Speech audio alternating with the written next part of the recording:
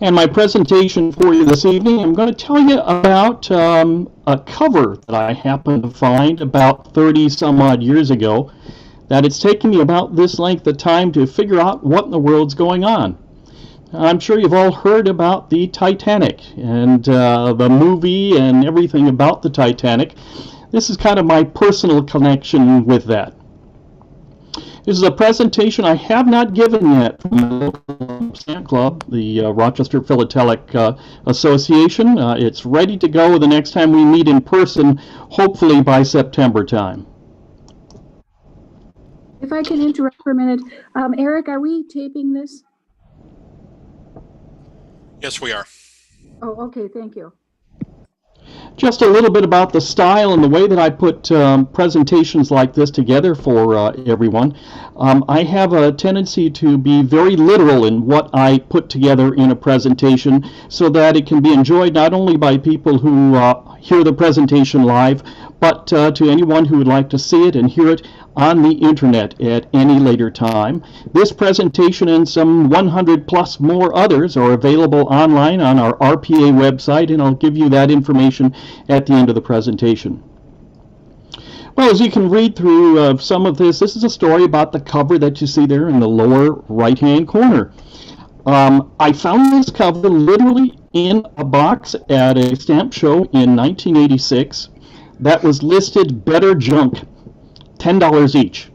So I start rifling through these covers, and all of a sudden I run across this cover, as you see right there, and the word Titanic jumps out to me.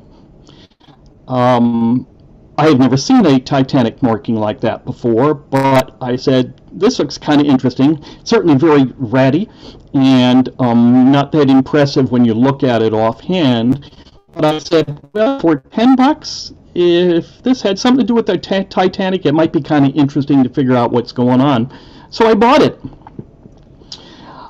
As you know, the Titanic itself is named RMS Titanic. That's for the Royal Mail Steamship. It was literally built by the Brits to carry mail back and forth, as well as passengers as well too. But RMS is for Royal Mail Steamship Titanic, and built, as you see, primarily to transport mail across the Atlantic. Now, as I mentioned, the condition of it was kind of terrible, but I could try to trace the path of this cover from where it came from to eventually how and where it wound up here in the U.S. by taking a look at the postmarks and trying to figure out what actually happened. It's a little difficult to read, but this is actually a scalloped postal mark that you will find on markings of that era from France, but those are markings that are specifically meant and were used on trains. So anytime you find an older marking like this around at the turn of the century with kind of like that scallop shell around the end, that means it is a train cancellation. So I knew right off the bat this is kind of interesting too, because it did go by train. Now, start to look at to see exactly where this is from. It's a little difficult to read, but this basically says it is for the train line that went from Chartres to Cerqueux. Now, I don't know French all that well, and perhaps any of you who know French know the actual pronunciations of some of these places. But this is a relatively short path that goes in the northern part of France. So this is that particular segment of the train route that goes from point A to point B. So that gives me at least a little idea as far as how that got into the mail stream. I also found some postcards that show you what these places actually look like around the turn of the century, the train stations in both locales. Now, the back stamp of the letter, thankfully, is another clue to help us figure out the best way that this mail piece got from point A to point B. And you'll see that there are a couple other markings here. There is a Paris receiving mark here on the 4th of March, actually dated at 4:30 in the morning. That's when it hit the French Paris post office. And here's a picture of the actual main post office at the time, again around the turn of the century in 1912. This is not the main post office in France anymore, but it is still a post office and it is still being used in Paris. Now, I probably should go back just a bit to bring your attention also to a calendar of 1912 and the dates that are involved here. You'll see the calendar postmarked up here, and the dates that I'm going to refer to will deal with that calendar up there, because just trying to track the number of days it got from point A to point B. The mailpiece itself was mailed on March 4th, and it eventually arrived in Washington, D.C. also by the marking which is on the back of that. It was franked with 25 centime stamp, which did pay the standard surface rate to America at the time. And it was also typical that all of the overseas mail from France, for the most part, wound up in Paris and then was transferred to the nearest point of debarkation for the ship. And it was also common at that time to either write or hand stamp the name of a ship that a particular letter was to go on at the time. Now, you probably remember from history that the Titanic literally went down with all of its mail, and very little is retrievable or known about the postmarks that came from the Titanic, other than postmarks and some relics, if you will, that were found on the body of one of the main postal people who worked on the ship. But no actual mail that transferred on the ship itself bound for New York actually survived. And it's very unusual, again, by seeing the word Titanic. Now, in the course of studying the history of this piece to figure out what's what, is it real, is it fake, what's going on with it, a gentleman that I ran across in the Netherlands, his name is David Van Dalen, actually did a study for me. He studies the Olympic, which is the sister ship of the Titanic, and has several covers from him, and said, well, I can do a study for you based on that hand stamp mark that's listed Titanic on your cover to kind of see if that is very similar to the one I have on my Olympic covers. And sure enough, he did some superimposing of my cover, copy of my cover, with his, and found that the exact same type of font that was used for the hand stamps on my Titanic cover was found on his Olympic covers. And you can tell in particular, you can see the last IC, which is here, does match the type of font and the size, although it's a little deceptive from the way I put it here for you, of my Titanic marking. So now it's not quite sure where the markings of the ships actually took place, whether they were done at the main Paris post office or if they were transported to the points of debarkation and then marked there, or exactly how and where those markings were applied when you had a letter that was coming across the ocean. Various shipping lines, of course, crossed the Atlantic at that time. This particular, the ship, the Titanic, and its sister ship, the Olympic, are part of what's called the White Star Line. And these are the various routes that the White Star Line ships did. They traveled, for the most part, in their transatlantic crossings. The main points that they had stopovers and pickups was in Southampton, England, you'll see here, Cherbourg, France, and Queenstown, Ireland. And you can see the main lines and the way they got from point A to point B on the various shipping paths that they took along the line. This particular image came from a Dutch travel brochure of 1912 that advertised the various sailings that the two White Star lines would take. The Olympic, which was put into commission before the Titanic, and then the Titanic itself. This is a little bit more complicated, showing you a few more of the lines at the time. Not only the British line that I just showed you, but some of the other lines. The Germans had quite a few ships that made the crossings as well, and that's called the North German Lloyd line and the Hamburg American lines, both based in Germany, transported ships back and forth and mainland people, along with the French CTG line. And this just shows some of those routes that those various shipping lines took to cross the Atlantic. Here's a picture again of the back stamp of the cover that I found. And as is typical, the crossings across the Atlantic typically took about 5 days from the last port that it was to leave in Europe, whether that be from England or France or Ireland or most of those countries, to New York and the other East Coast ports that were available. So 5 days is the typical time frame that it would have taken to leave that last stop to hit, whether it be New York City. Boston was another major port.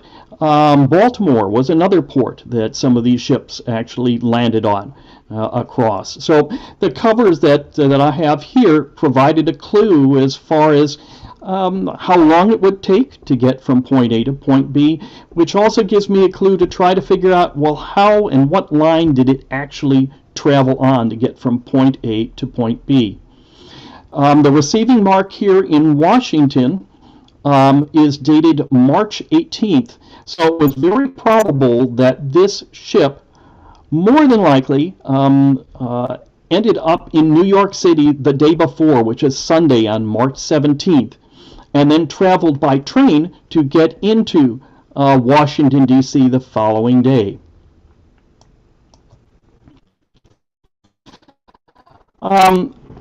One of the big parts of research was to try to figure out, okay, exactly what ship did bring this cover over from Great Britain and Ireland on over to the U.S. And the one place I went to check on, there is a major book called Morton Allen Directory of European Passenger Ship Arrivals. And it literally lists the ships that came over.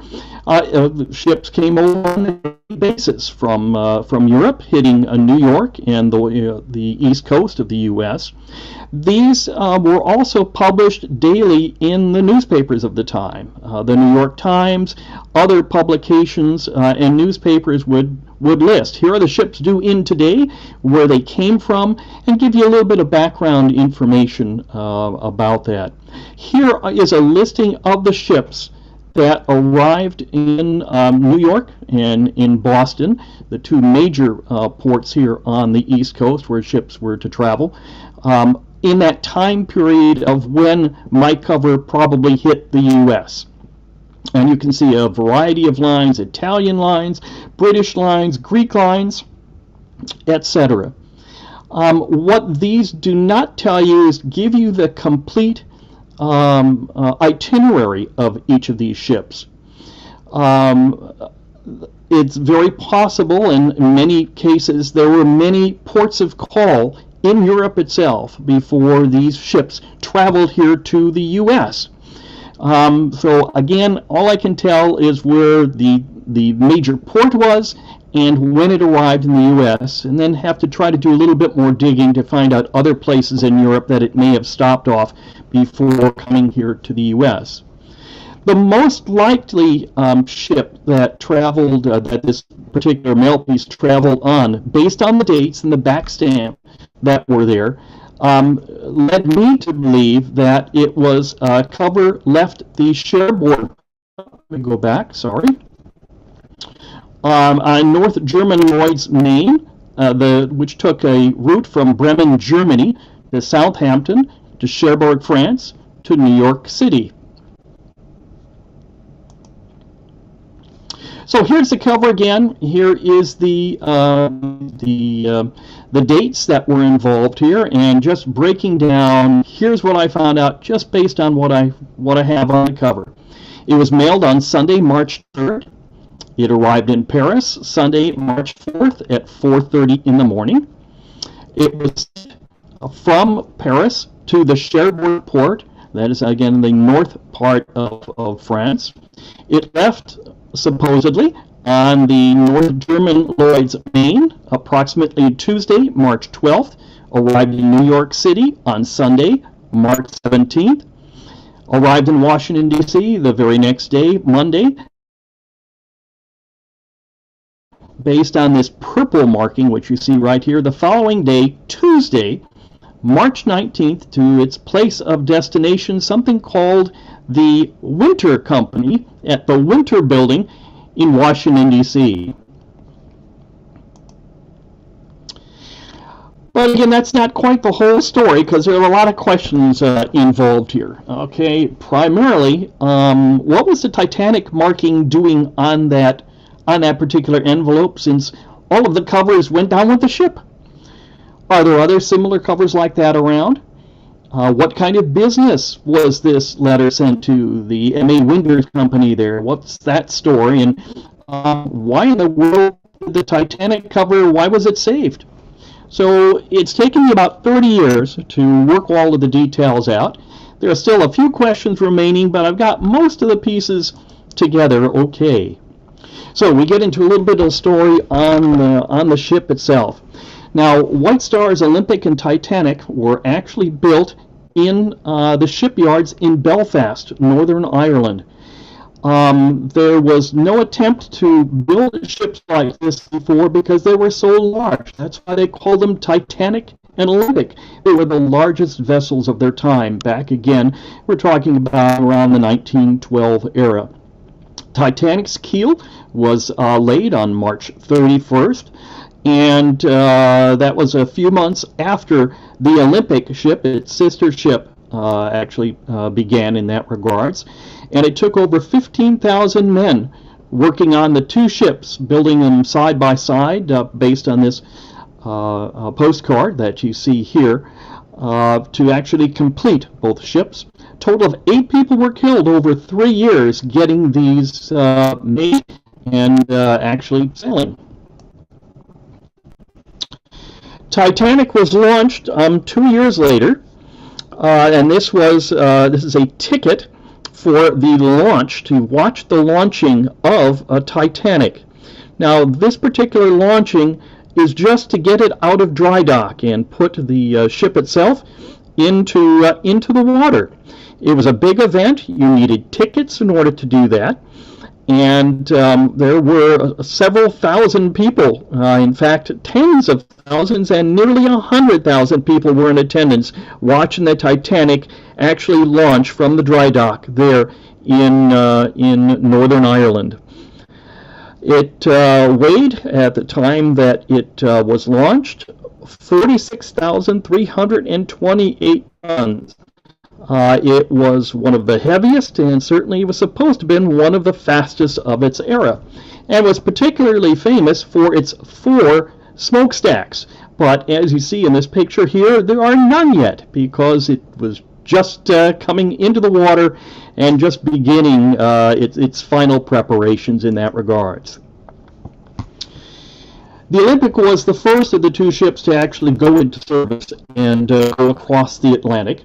Its maiden voyage was back in June 11th, 1911. Sailed from Southampton, England, as its first stops, making stops in Cherbourg, France, Queenstown, Ireland, before arriving in New York on the June 21st. So that was a total of a 10-day journey for the Olympic's first passage. At that time, it announced that its 1912 schedule for the White Star Line would take place on September 25th for both the Olympic and Titanic. And the main voyages were set on March 4th, following the same route as its sister ship, again going from Cherbourg, France, Southampton, Cherbourg, Queenstown, and then New York City. Problem happened with one of the early crossings of the Olympic. It got into a bit of an accident as it was making a crossing into New York City. It collided with a British military ship, HMS Hawke, in Southampton Channel in England on September 20th, at which time it had to go back into dry dock at Belfast to get repairs, which took a little bit of time away from HMS Titanic from getting completed on time and on schedule.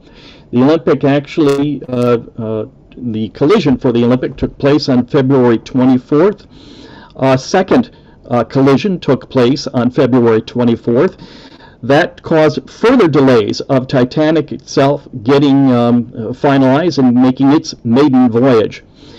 On March 6th, Titanic was actually moved to out of dry dock again, as you can see in the picture, to allow the Olympic in, to allow the second accident of the Olympic to go ahead and get repaired and then make its journey again. They cannibalized several parts from the Titanic to put into the Olympic to get the Olympic back up and running. The original date that the White Star Line had planned for Titanic to make its initial voyage across the ocean was on March 20th, but that was changed to April 10th, primarily because of the delays of the Olympics troubles and the needs to get the Olympic going and repaired first. So then one of the questions is, of course, is why is the Titanic marking on this cover?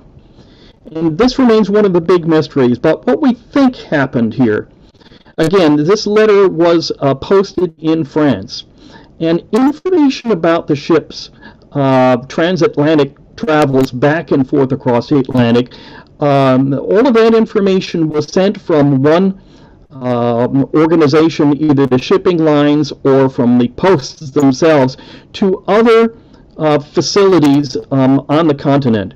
So information traveled between and among the shipping companies and the post offices of the European countries so that they knew what ship was going to go where should this load of mail go on, what potential ship can this go on to.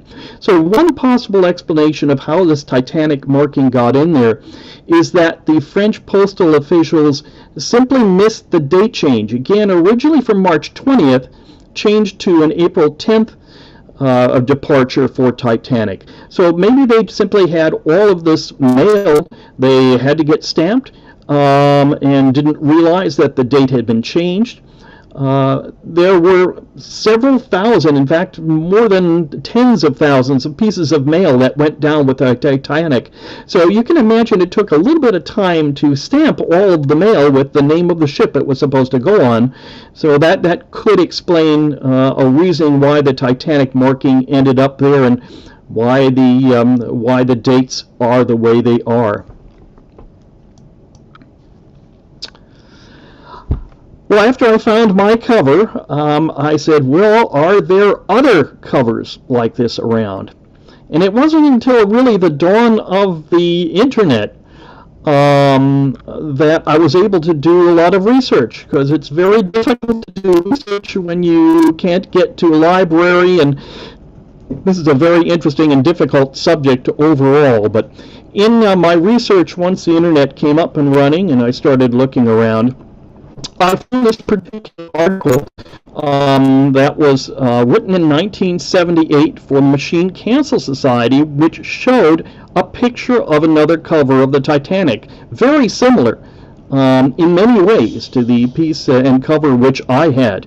It has a Titanic marking on it, and look at there too, it's also addressed to exactly the same company, the M.A. Winter Company, Winter Building, Washington, D.C., and had the same type of receiving mark on there as well too, what turned out to be the purple marking over here on the side. There's not a lot of information in this article. You can go ahead and read it through, because they raise some questions here too. Why in the world was this particular cover mailed on March 4th? How did that get a Titanic marking on there? Again, since the Titanic sank on April 14th and 15th as well. they had many questions at the time to figure out what was going on, and quite honestly, they didn't have. They didn't know. I guess that's basically it. So the question is out there. There's still some information to be known about this cover, but at least it told me, look, there's another cover very much like this around. As I put in the presentation here, I was really floored to find out that first off, there was a cover very much like it, and the commonality between the two covers was astounding. You can see them side by side, one on top of the other here, and it just floored me as I put in there. Very much the same things, mailed around the same time, same type of marking, so there's at least one more cover like this out there. But how many? How many other covers like this are there? I wound up writing an article about this cover in a major Titanic publication. There are collectors out there of Titanic memorabilia. There are scholars on the Titanic, and I said, well, you know what? Let me contact one of them, figure out what's going on, and maybe someone can help put the pieces together. I wrote a brief article about the cover that I found for a publication you see here in the center called the Titanic Commutator. It is the major Titanic collecting group in the world. And I put together a brief article, said, I have this cover, I'm a stamp collector, here's the little that I know about it, can anybody else help fill in some of the gaps about how did this come about, how, why, etc. I put some of my suppositions together, and it was published. Shortly after that article went in, it also went into a couple issues of the Stamp Insider, which is the main publication that the New York Collecting Group had at the time. So as of June 2020, I've been able to find 20 covers that have been documented that are all pretty similar to the cover that I have.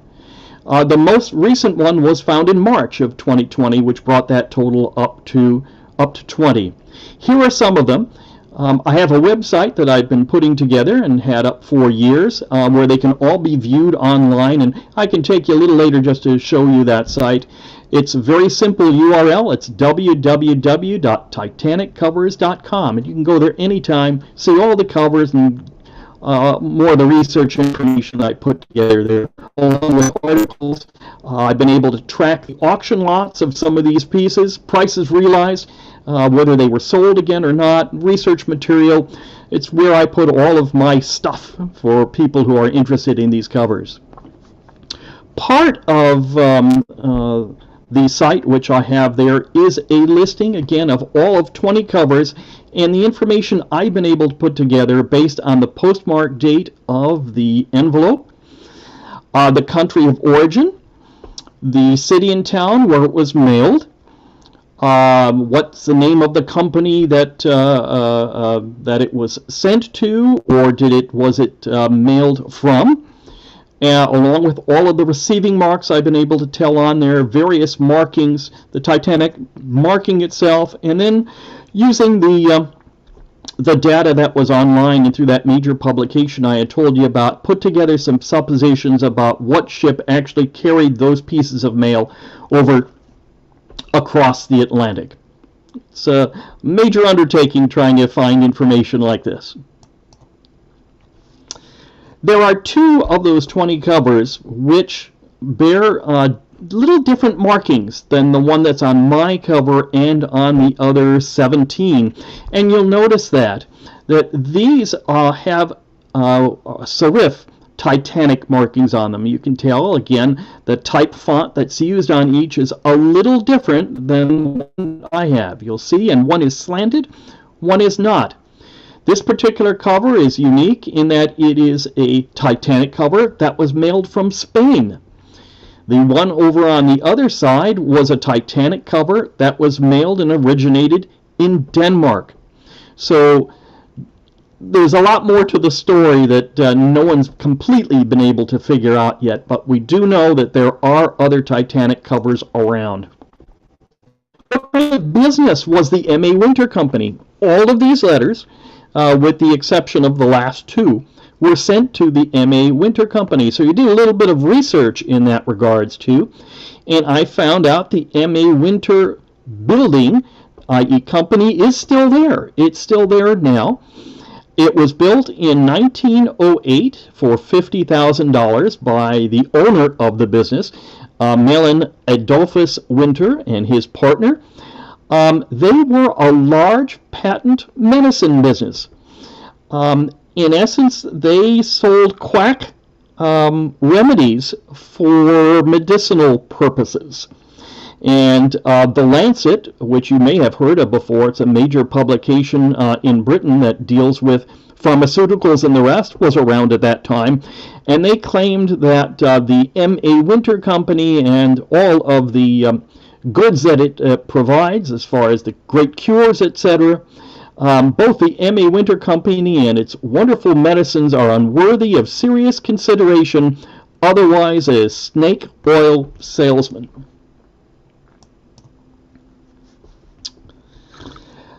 I've been able to find other covers that have been sent to the Winter Company that don't have Titanic markings on them, have them dated. They all bear the same receiving type mark from the M.A. Winter Company itself. And you can see, again, they're just two different kinds here. So the same kind of markings are on each of them. There is a 6-digit number here, and on all of the Titanic covers that have been found, that we had knew something is going on with those. And what we surmise that these are actually docket receiving markings that the M.A. Winter Company actually put on each piece of mail as they received them, because they documented the background of each of these covers as they came into their business. And we feel that these envelopes themselves were saved and kept on file by the company, which is how so many of them survive to this time. The receiving mark is found, as I mentioned, on each of these pieces during and after the 1912 time period. So both before and after my cover happened. So why was the Titanic cover saved? Well, what we suspect, again, has happened is that these, as I mentioned, were probably archived by the Winter Company and just kept on file with them. They may or may not have realized of the Titanic markings since they came over before the Titanic actually sailed. So by the time that the companies received these with the markings on the ship, they didn't care about or realize or know anything about them, because it was still a month later that the Titanic was to set sail and, of course, go down into history. Perhaps they were hoarded by the Winter employees themselves and kept as souvenirs or sold through philatelic channels when they were trying to get rid of all of these covers that they saved over the years at the M.A. Winter Company. That's kind of what we suspect and could explain some of what happened here. Those numbers, the 6-digit numbers that are found on all of the covers to the M.A. Winter Company, we think the answer to that was solved by a gentleman in the Netherlands who put together an article himself, who found an ad for the M.A. Winter Company. You can't read it. It is in Dutch, which was placed in a Dutch-American paper in 1911 to recruit salespeople to sell products of the M.A. Winter Company. So we feel that, or at least Jerry, the originator of this idea, which makes complete sense now, solved the mystery of what that number is, because that number refers to the mail piece that request was mailed on, as you see there. The French were especially prone to recruitment schemes like this. And Jerry, again, found this piece of information here. and an article and a part of a letter that was sent by the MA Winter Company on their letterhead to someone, and I'll just read this on out loud to you, to address your letter exactly as you see here.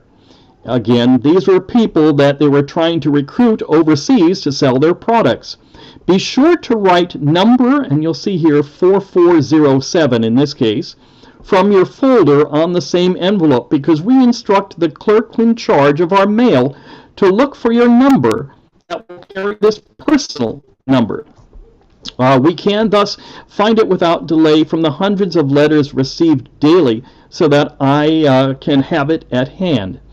Now that 4-digit dossier number, that is a number that was hand-printed on each of the various pieces of mail at the time it was mailed from Europe here into the States, and it just help the company identify the person and the mailing of the person who was interested in selling the MA Winter products here. And you can see a dossier number on this particular here. It looks like 5549, etc., etc. Most of the 20 covers were mailed in plain envelopes, but a few of them have companies as part of their corner cards and the rest. This one here is an importer of coal from France. Oops, sorry, let me go back there. And this particular one here in Spain happens to be, it's a little difficult to read there, but this is someone who put together horse harnesses and things dealing with horses.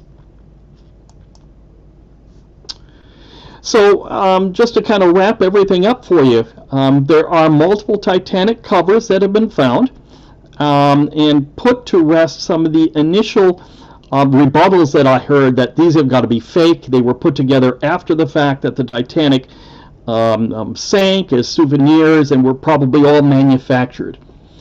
A theory exists why the Titanic markings was used before the ship actually sailed. Again, that goes back to the fact that the dates of the initial journey of the Titanic was changed.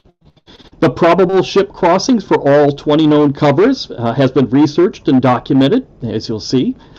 All of the Winter Company markings on the envelopes have been explained, and there is a plausible reason why so many of the winter covers have been found to date.